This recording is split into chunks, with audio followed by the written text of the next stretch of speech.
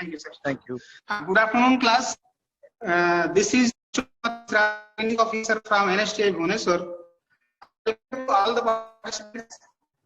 I am very much thankful to Nimi Chennai for providing me opportunity to interact with all of you. Today's topic is installation of machines and maintenance. I think the topic is very much useful for all of I hope this session will be very helpful to boost up your knowledge. So let's start my session. आज का जो हमारा topic है वो है installation of maintenance. Machine का तो कैसे उसका मेंटेनेंस करना है। तो हम पहले इंस्टॉलेशन पे बात करेंगे। इंस्टॉलेशन में ओवरऑल हम अपने इस सेशन में आज हम किन किन बातों पर बात करने वाले हैं। इसमें इंट्रोडक्शन ऑफ इंस्टॉलेशन, मशीनों के इंस्टॉलेशन के बारे में बात करेंगे, इसके प्रोसीजर के बारे में बात करेंगे, इंट्रोडक्शन ऑफ मेंटेनेंस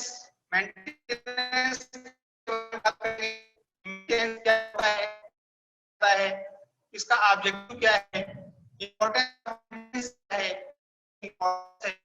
और ये कितने टाइप्स का होता है, कितने प्रकार का होता है, क्या हम क्लासिफिकेशन कर सकते हैं, कैसे क्लासिफिकेशन कर सकते हैं।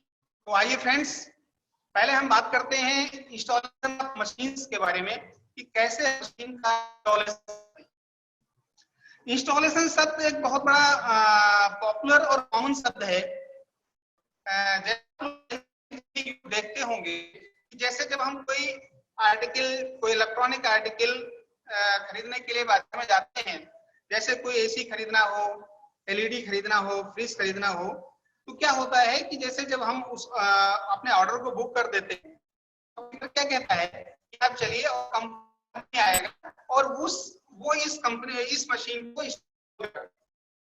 होता है कि आप चलिए डिलीवर करवा देता है सामान को हमारे घर पे, और फिर कंपनी का आदमी आता है जो कि उस मशीन को उस को जो हम परचेज करके लाते हैं वो उसका मेंटेनेंस इंस्टॉलेशन करता है। बेसिकली इंस्टॉलेशन में क्या होता है कि वो कुछ टेक्निकल व्यू होते हैं उस ऑब्जेक्ट को के लिए जिसको वो ध्यान, और हम शायद इंस्टॉल करें उन चीजों का ध्यान नहीं रखेंगे। ठीक, जैसे उदाहरण के तौर पर मान लीजिए हम रेफ्रिजरेटर लाए हैं और रेफ्रिजरेटर हमें कुछ पता नहीं है, हम ही उसको इंस्टॉल करें, उसको करके लगा देंगे और जहां पर हमारा नियरेस्ट स्विच पड़ेगा वहां पे हम उसको लगा देंगे और ऑन कर देंगे, काम हो जाएगा। लेकिन जो कंपनी का आदमी आता है वो ये देखता है कि विंडो साइड होना चाहिए ताकि उसको प्रॉपर एयर मिलती रहे, प्रॉपर उसकी कूलिंग होती रहे, ताकि वो मशीन हमारी हीट ना हो। ठीक है, इसी तरीके से इंस्टॉलेशन में वो ये देखता है कि पैनल कहाँ पे सेट करना है, इसी को कहाँ पे लगाना है, आपको एलईडी सेट करना है। तो एलईडी जैसे हमें जानकारी नहीं है तो हमने कहीं पर भी उसको इंस्टॉल करा दिया, लेकिन जो कंपनी का आदमी होगा वो ये देखेगा भाई हमें इस अगर ड्राइंग रूम में एलईडी लगानी है तो अगर उसमें एसी भी लगा है तो वो क्या करेगा, वो फिर वो उससे थोड़ा सा दूर लगाएगा, उसकी डिस्टेंस को मेंटेन करेगा ताकि जो एसी से जो मॉइस्चर आएगा उस मॉइस्चर का इफेक्ट हमारे एलईडी वगैरह पे ना पड़े। तो बेसिकली ये कुछ टेक्निकल व्यू होते हैं जिसको वो जो कंपनी का आदमी होता है वो परफेक्टली उसको ध्यान में रखता है। सामान्य जो कोई पर्सन होता है अगर वो उसको इंस्टॉल करे तो शायद उन सब टेक्निकल चीजों को ध्यान में नहीं रखेगा, इसीलिए आवश्यक होता है कि कंपनी इंस्टॉल करें। Installation is a process in which we fix the machine on desired place, मतलब उस मशीन को हम अपने desired place. So this is Ramkumar from Chennai. I think, sir, Mr. Ashok sir, I think your audio is little low, sir, not clear. थोड़ा audio check कर सकते हैं? हाँ सर, हाँ सर, क्या थोड़ा ऑडियो चेक कर सकते हैं? थोड़ा लो है। हाँ, because a couple of people from the message is saying audio not clear है करके participate, तो इसीलिए चेक करने के लिए।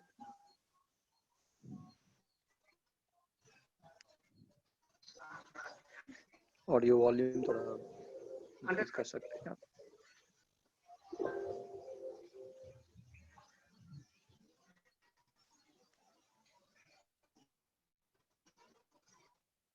ठीक है सर, Okay, अब कैसे ऑडियो आ रही है सर?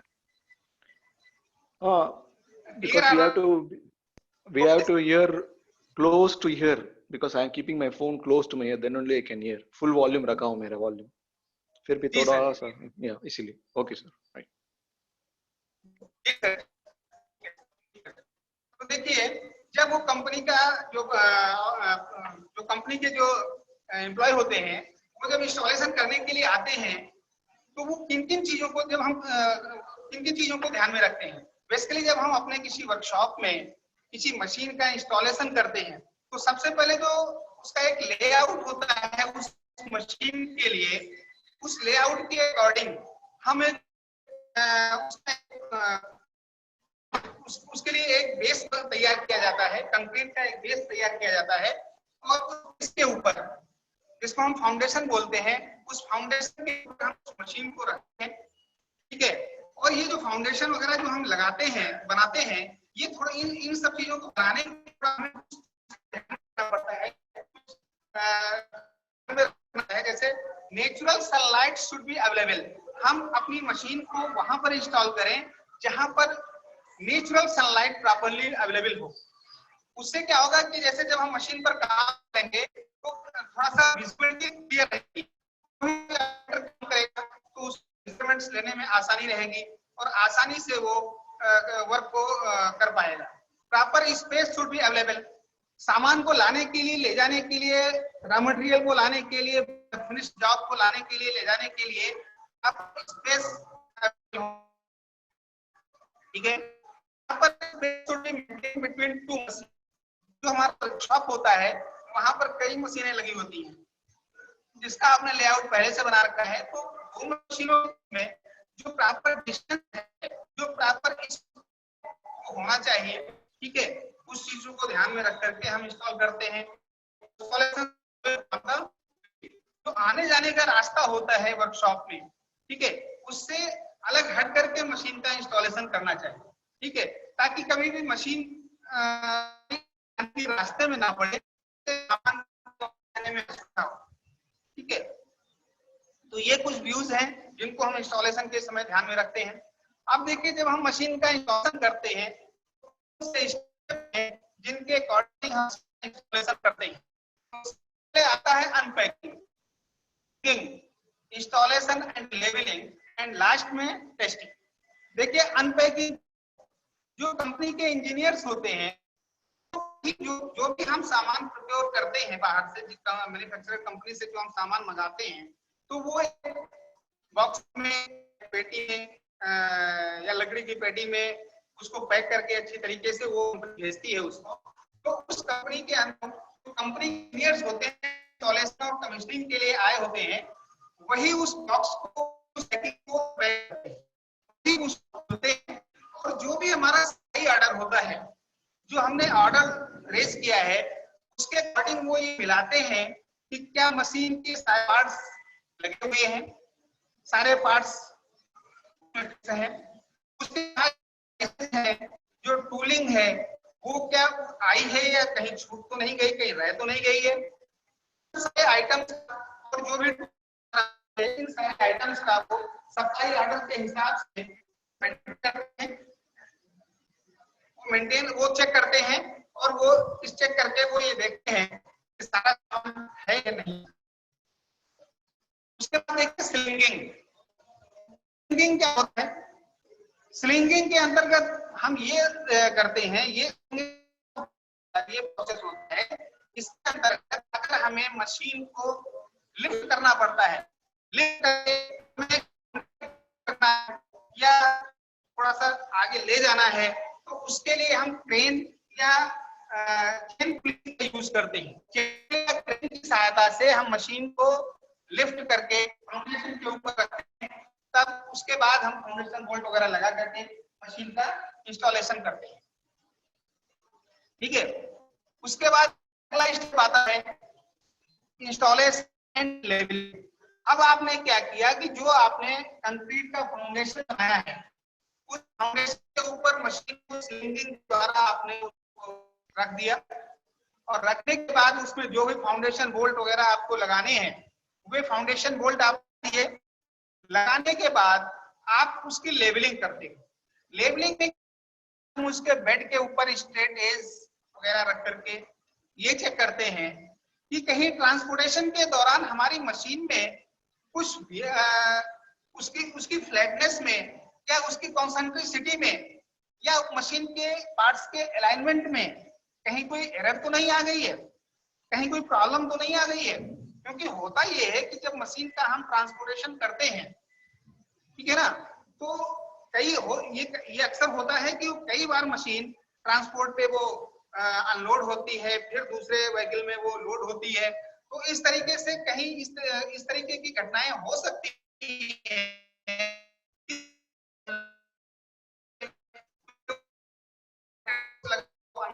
लगा हो जिससे उसमें कोई एरर आ गई।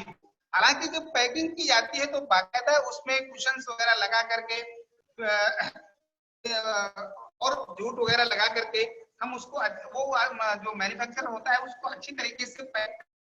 इसके बावजूद भी हम उसको लेवलिंग करके ये चेक कर लेते हैं कि क्या प्रॉपर मशीन का जो लेवल है वो है कि नहीं है, ठीक है।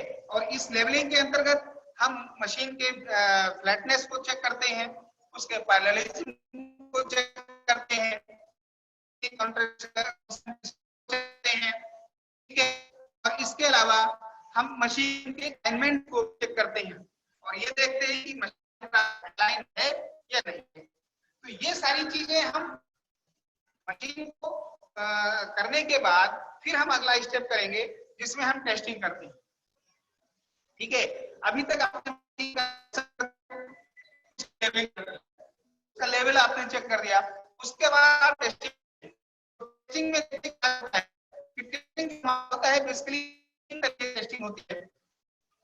पहला होता है स्टैटिक टेस्ट, दूसरा है डायनामिक टेस्ट होता है।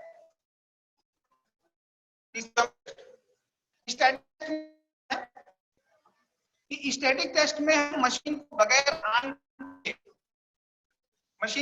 ऑन किए हुए हम ये देखेंगे कि उसके चक वगैरह को चला करके देखेंगे या और जो उसके रोटेटिंग पार्ट चला करके देखेंगे और इसमें कुछ एरर तो नहीं आया है, इसके नहीं आया, करेंगे कि मशीन हमारी पोजीशन पे है।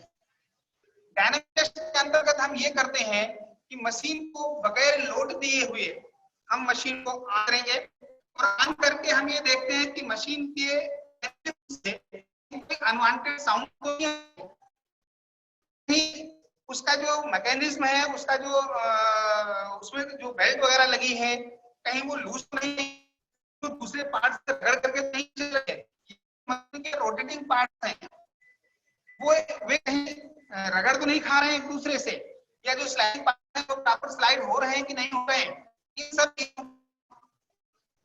इस डायनामिक टेस्ट के अंतर्गत चेक करते हैं, ठीक है।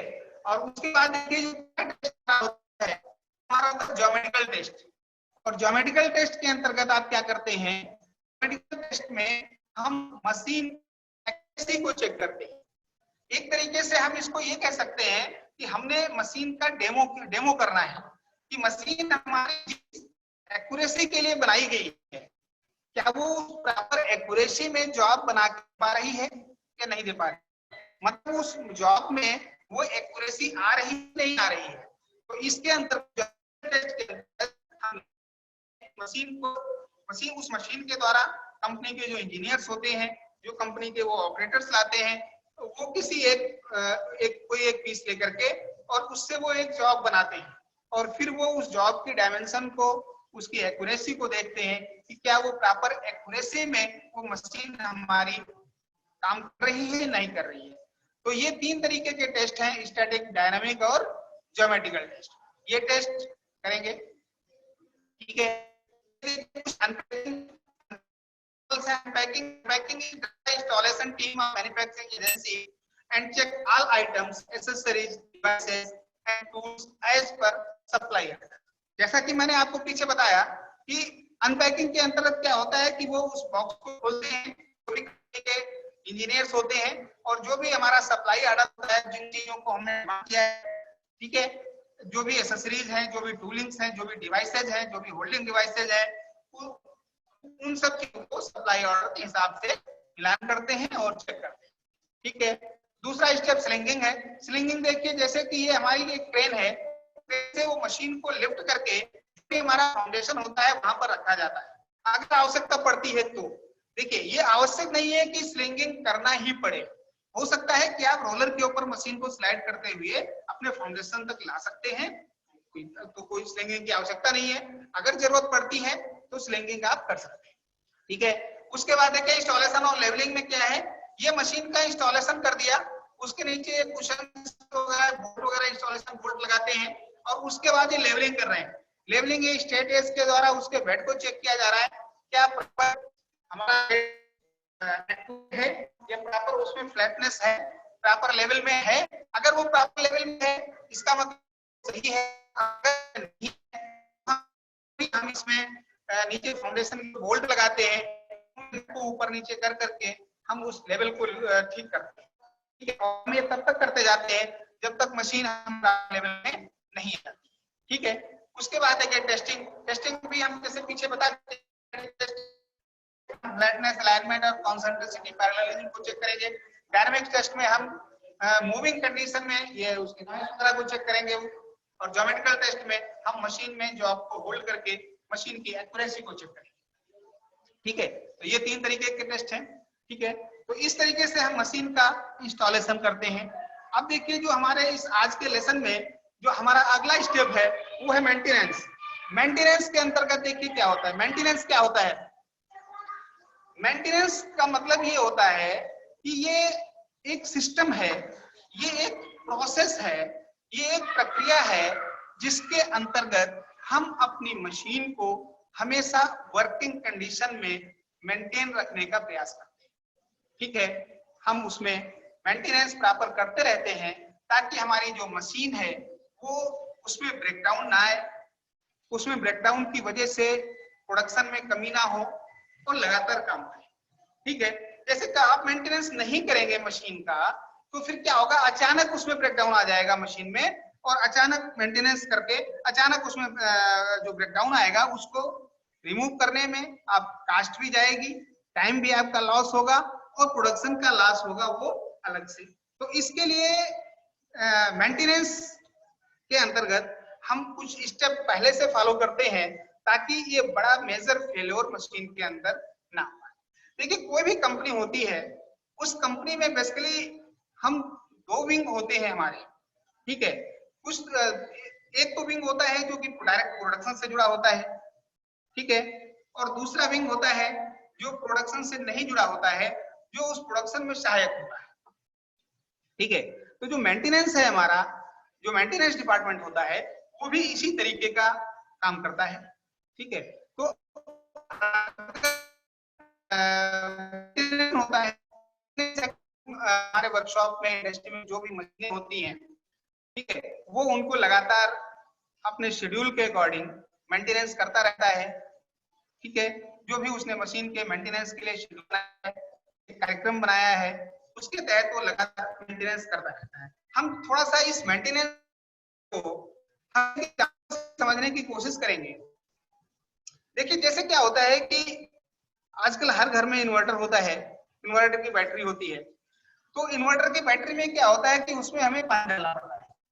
अगर हम उसमें पानी नहीं डालते हैं या अगर हम उसमें प्रॉपर उसमें पानी डालते हैं, मशीन का जो उस बैटरी का जो फेलियर है वो नहीं होगा, मशीन हमारी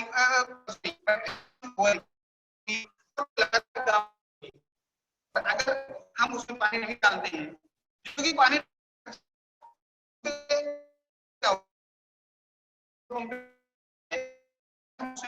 डालते हैं तो वो फिर वो एक दिन ऐसा तरीके से बैटरी हमारी फेलियर हो जाती है, जो कि एक मेजर प्रॉब्लम हो जाती है, तो पूरी तरीके से काम करना बंद कर देती है। तो अगर ये थोड़े मेंटेनेंस अगर वो हम करते रहते हैं तो मेजर कोई फेलियर मशीन में हमारी नहीं आने पाता है। इसी तरीके से जैसे हम टू व्हीलर्स या बाइक, मोटरसाइकिल, स्कूटर चलाते हैं, तो उसमें क्या होता है कि लूज हो जाते हैं, और लूज हो जाते हैं तो उसको क्या होता है कि हम चलाते रहते हैं, और अगर हम चलाते हैं तो एक हो सकता है उससे एक्सीडेंट भी हो सकता है। और उसको सही करने के लिए कोई बहुत बड़ा काम नहीं होता है, उसमें पीछे एक स्क्रू लगा होता है, उस स्क्रू को टाइट कर दिया जाता है और वो अपना काम करने लगती है, टाइट हो जाती है और काम करने लगती है। उसमें कोई बहुत बड़ा खर्च नहीं है, ना ही बहुत समय की डिमांड होती है, बहुत ही कम समय में हो जाता है। ठीक है, इसी तरीके से जो टू व्हीलर होते हैं उसमें उसके इंजन में ऑयल पड़ता है, हम अगर उस ऑयल को चेक नहीं करेंगे, उसमें हम ऑयल नहीं दूसरा ऑयल नहीं डालेंगे, तो फिर क्या होगा कि एक दिन ये आएगा कि हम गाड़ी का इंजन और गाड़ी हमारी पूरी तरीके से काम करना बंद कर देगी। आप हाईवे पे जा रहे हैं, अचानक से उसमें ब्रेकडाउन आ गया, अचानक से गाड़ी आपकी बंद हो गई, एकदम खड़ी हो जाती है। तो ये सब चीजें अगर एक रूटीन मेंटेनेंस, एक प्रिवेंशन मेंटेनेंस हम करते रहते हैं तो ये मेजर प्रॉब्लम नहीं आती। ठीक है, तो ओवरऑल हम ये कह सकते हैं कि मेंटेनेंस प्रक्रिया है, एक प्रोसेस है जिसके अंतर्गत हम अपनी मशीनों को हमेशा वर्किंग कंडीशन में रखते हैं ताकि हम उनसे मैक्सिमम आउटपुट ले सकें, उसकी मैक्सिमम एफिशिएंसी। ठीक है, देखिए action perform to keep some machine or system functioning. क्या मेंटेनेंस का क्या पर्पज है कि मशीन या सिस्टम को हमेशा वर्किंग कंडीशन में मेंटेन रखने की ये एक प्रोसेस है, ये एक प्रक्रिया है। ठीक है, it is a set of activities which help to keep plant, machinery and other facility in good condition. ये इसका एक्टिविटीज की एक श्रृंखला है, ठीक है, जिसके अंतर्गत हम अपने प्लांट को गुड कंडीशन में, वर्किंग कंडीशन में मेंटेन रखते हैं। It's responsible for the smooth acting of an equipment और machine and help in improving its productivity. अगर हमारी मशीन वर्किंग कंडीशन में पूरी इफिशिएंसी से आउटपुट देगी, पूरी इफिशिएंसी से काम करेगी, ठीक है, तो जाहिर सी बात है कि हमारी कंपनी का, इंडस्ट्री का प्रोडक्शन बढ़ेगा। ठीक है, it is a procedure of finding the fault in any equipment or machines and eliminating it. Maintenance के अंतर्गत हम ये भी करते हैं कि उसकी मेंटेनेंस जो फेलियर आता है, मेंटेनेंस के अंतर्गत हम फेलियर आता है उसकी फॉल्ट फाइंडिंग भी करते हैं। ठीक है, काज को भी हम सर्च करने का प्रयास करते हैं और उस काज को हम पूरी तरीके से हम उसको एलिमिनेट करने का प्रयास करते हैं, उसको एलिमिनेट करते हैं ताकि आगे इस तरीके का प्रॉब्लम ना हो पाए। इट मे बी बिफोर और आफ्टर द ब्रेकडाउन। ये जो मेंटेनेंस की प्रक्रिया, मशीन के ब्रेकडाउन से पहले भी ये मेंटेनेंस किया जाता है उसका, और ब्रेकडाउन होने के बाद भी उसे मेंटेनेंस प्रक्रिया के ही थ्रू उसको ठीक किया जा सकता है। ठीक है, उसके बाद देखिए, आइए दोस्तों, मेंटेनेंस का ऑब्जेक्टिव क्या है, क्या इसके उद्देश्य है, आइए उस पर हम बात करते हैं। Extend the life of the plant, machinery and equipments. Maintenance के अंतर्गत हम अपने प्लांट की लाइफ को एक्सटेंड कर सकते हैं, मशीनरी की लाइफ को एक्सटेंड कर सकते हैं, इक्विपमेंट्स की लाइफ को एक्सटेंड कर सकते हैं। देखिए, जब हम उसका प्रॉपर मेंटेनेंस करते रहेंगे, हम प्रॉपर उसमें ऑयलिंग ग्रीसिंग करते रहेंगे, हम ये भी देखते रहेंगे कि इसमें हम जाएंगे कि वाला है। ठीक है, तो अगर हम उसको पेयर देंगे, हम उसको पहले से, तो जाहिर सी बात है उस मशीनरी की, उस हमारे प्लांट की लाइफ तो बढ़ ही जाएगी। ठीक है, उसमें मेजर फेलियर नहीं आएगा, उसमें ब्रेकडाउन को हम एक तरीके से अवॉइड कर सकते हैं। It's minimize the loss due to wear and tear. Machine में जो घिसाव होता है, जो वियर एंड टियर होता है, उसके कारण जो लॉस होता है हम उसको मिनिमाइज कर सकते हैं, उसको हम कम कर सकते हैं। ठीक है, it's eliminate the loss due to production stoppage. Production stop होने का जो लॉस होता है कंपनी में, जैसे मान लीजिए कोई मशीन अचानक से ब्रेकडाउन हो गई, जाहिर सी बात है उसका प्रोडक्शन स्टॉप हो जाएगा, और प्रोडक्शन स्टॉप हो जाएगा तो कंपनी को जो है नुकसान होगा। ठीक है, तो जो ये प्रोडक्शन स्टॉपेज होता है, जो हमारा प्रोडक्शन बंद हो जाता है अचानक से ब्रेकडाउन होने की वजह से, उसको हम एलिमिनेट कर सकते हैं मेंटेनेंस के द्वारा। ठीक है, to minimize total production cost, हम ओवरऑल अपने प्रोडक्ट को मिनिमाइज कर सकते हैं, कम कर सकते हैं।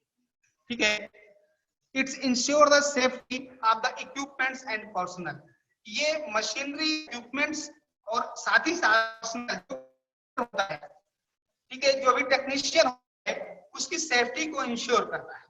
देखिए, जब आप मशीन का प्रॉपर मेंटेनेंस करेंगे तो आप भी सेफ रहेंगे और मशीन या इक्विपमेंट्स भी हमारा सेफ रहेगा।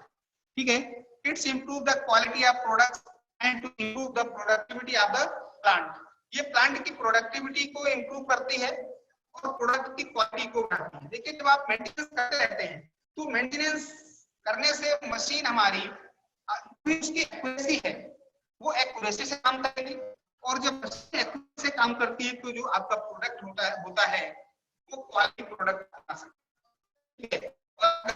आप क्वालिटी में कोई प्रॉब्लम आती है तो आज का जो कंज्यूमर है वो क्वालिटी से समझौता नहीं करता है, क्योंकि उसके पास इतने ऑप्शंस होते हैं कि वो आपकी कंपनी का प्रोडक्ट छोड़ करके वो दूसरी कंपनी का प्रोडक्ट लेने के लिए चला जाएगा। ठीक है ना, तो आज का जो समय है वो कंपटीशन का समय है, तो इसलिए आपकी कास्ट को भी कम करना है और उसके साथ ही साथ उसकी क्वालिटी को भी मेंटेन करना है, तभी आप मार्केट में सरवाइव कर पाएंगे।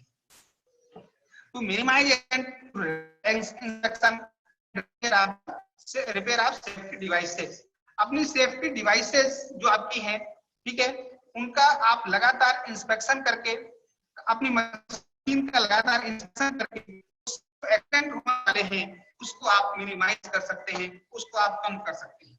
ठीक है, to enhance the safety of the man power, जो भी पावर उसमें इन्वॉल्व है प्रोडक्शन में उसके सेफ्टी को आप बढ़ा सकते हो, सेफ्टी को आप इम्प्रूव कर सकते हैं। जो भी पर्सन काम करेंगे, जो भी काम करेंगे वो सेफ्टी से काम कर सकते हैं। ठीक है, आगे देखिए मेंटेनेंस का पर्पस क्या है, क्या क्या इसके उद्देश्य, आइए इस पे हम बात करते हैं। जो मशीन में मेजर फेलियर होने वाला होता है, मेजर फेलियर आने वाला होता है, मेजर ब्रेकडाउन आने वाला होता है, उसको हम रिड्यूस कर सकते हैं।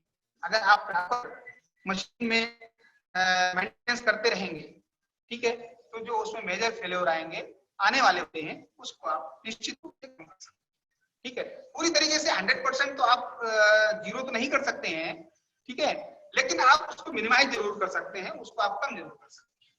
कास्ट रिडक्शन, जो भी हमारा प्रोडक्ट होता है आप कम कर सकते हैं, ये भी एक मेजर फैक्टर होता है मेंटेनेंस का। मैक्सिमाइज मशीन लाइफ, जो भी हमारा इक्विपमेंट्स है, जो भी हमारी मशीनरी है, जो भी हमारा प्लांट है, जिससे आप मैक्सिमाइज कर सकते हैं, उसकी लाइफ को बढ़ा सकते हैं। मैक्सिमाइज प्रोडक्शन, जब प्रॉपर आप मेंटेनेंस करते रहेंगे तो आपकी कंपनी का जो प्रोडक्शन है वो बढ़ेगा, निश्चित रूप से कंपनी का प्रोडक्शन बढ़ेगा। अगर आप 1 घंटे में अगर आप मान लीजिए 70 पीस बनाते हैं, तो आपकी अगर मशीन लगातार वर्किंग कंडीशन में बनी रही है तो आप उससे 70 पीस बना सकते हैं, और हो सकता है आप उससे ज्यादा भी बना सकें। लेकिन अगर आपने मेंटेनेंस नहीं किया, पता लगा कि आपने कुछ देर तो आपने प्रोडक्शन किया, उसके बाद मशीन आपकी ब्रेकडाउन में चली गई, तो जो 70 बना करके ही आता वहां पर आपका जो प्रोडक्शन हुआ वो निश्चित रूप से कम हुआ।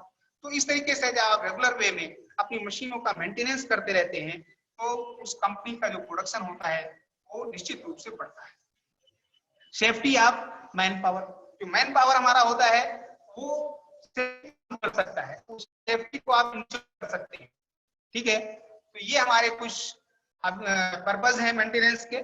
ठीक है, रिड्यूस ब्रेकडाउन को रिड्यूस करना, प्रोडक्शन की कास्ट को रिड्यूस करना, मशीन की लाइफ को बढ़ाना और सेफ्टी ऑफ मैन पावर में सेफ्टी पावर की सेफ्टी को बढ़ाना। ठीक है, उसके बाद देखते हैं इसकी इंपॉर्टेंस क्या है। It's help to identify the cause of failure, whether the failure is due to design defect or a wear out failure, देखिए जो मेंटेनेंस होता है, मेंटेनेंस के अंतर्गत जो भी हमारी मशीनरी में फेलियर आता है, हम उसके काज को आइडेंटिफाई कर सकते हैं, हम ये कारण ढूंढ सकते हैं।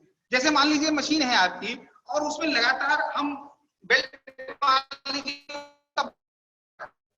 ठीक, आप नया बेल्ट लगाते हो और जैसे ही आप लोड देते हो, थोड़ी देर चलने के बाद फिर टूट जाती है, फिर आप नया लगाते हो, फिर कुछ देर चलने के बाद, 1-2 दिन चलने के बाद टूट जाती है। तो जो हमारी बेल्ट है उसकी ये एक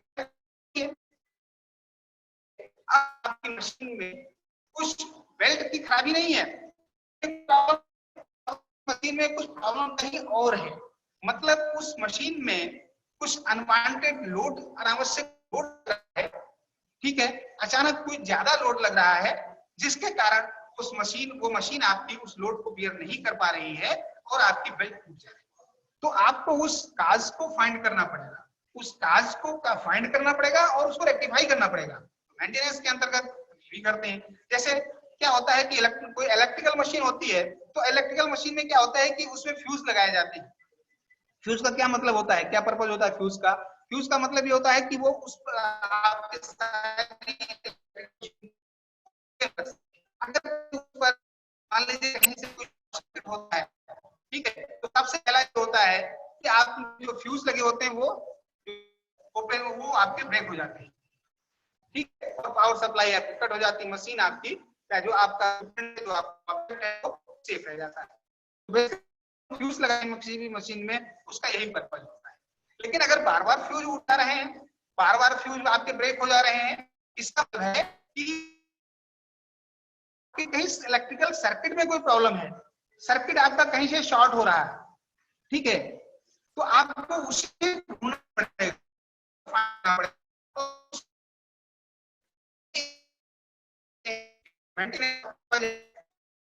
आइडेंटिफाई नहीं करता है और आइडेंटिफाई रेक्टिफाई नहीं करता।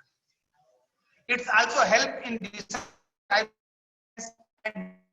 like मतलब ये चाहते हैं मेंटेनेंस की मेंटेनेंस प्रक्रिया में उसमें रिप्लेसमेंट है या रिप्लेसमेंट करें, हम उस अपने कंपोनेंट, अपने स्पेयर पार्ट्स को जो हो रहा है उसमें रिप्लेस करने की गुंजाइश है, उसमें गुंजाइश, तो हमें ये भी हम कि हम अपने पार्ट का, अपने स्पेयर पार्ट को रिप्लेस करें या रिपेयर करें। It's provide the necessary information and reliability of the equipment.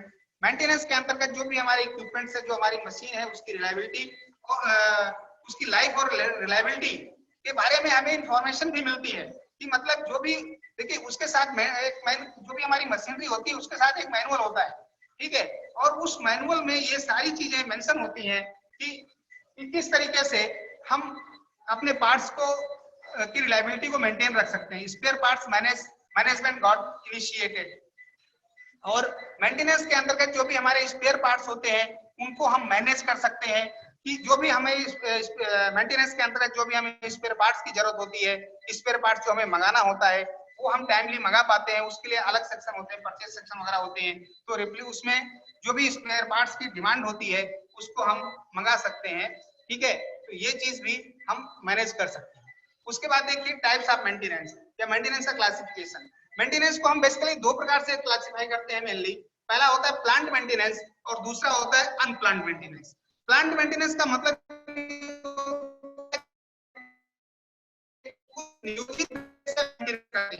हम पहले से एक गाइडेड तरीके से मेंटेनेंस करते हैं, ठीक है, और अनप्लांट जो मेंटेनेंस होता है ये अचानक से मशीन में कोई ब्रेकडाउन आता है, अचानक से मशीन में कोई इमरजेंसी आ जाती है जिसके तहत वो उसमें ब्रेकडाउन होता है और उसका मेंटेनेंस हमें करना पड़ता है।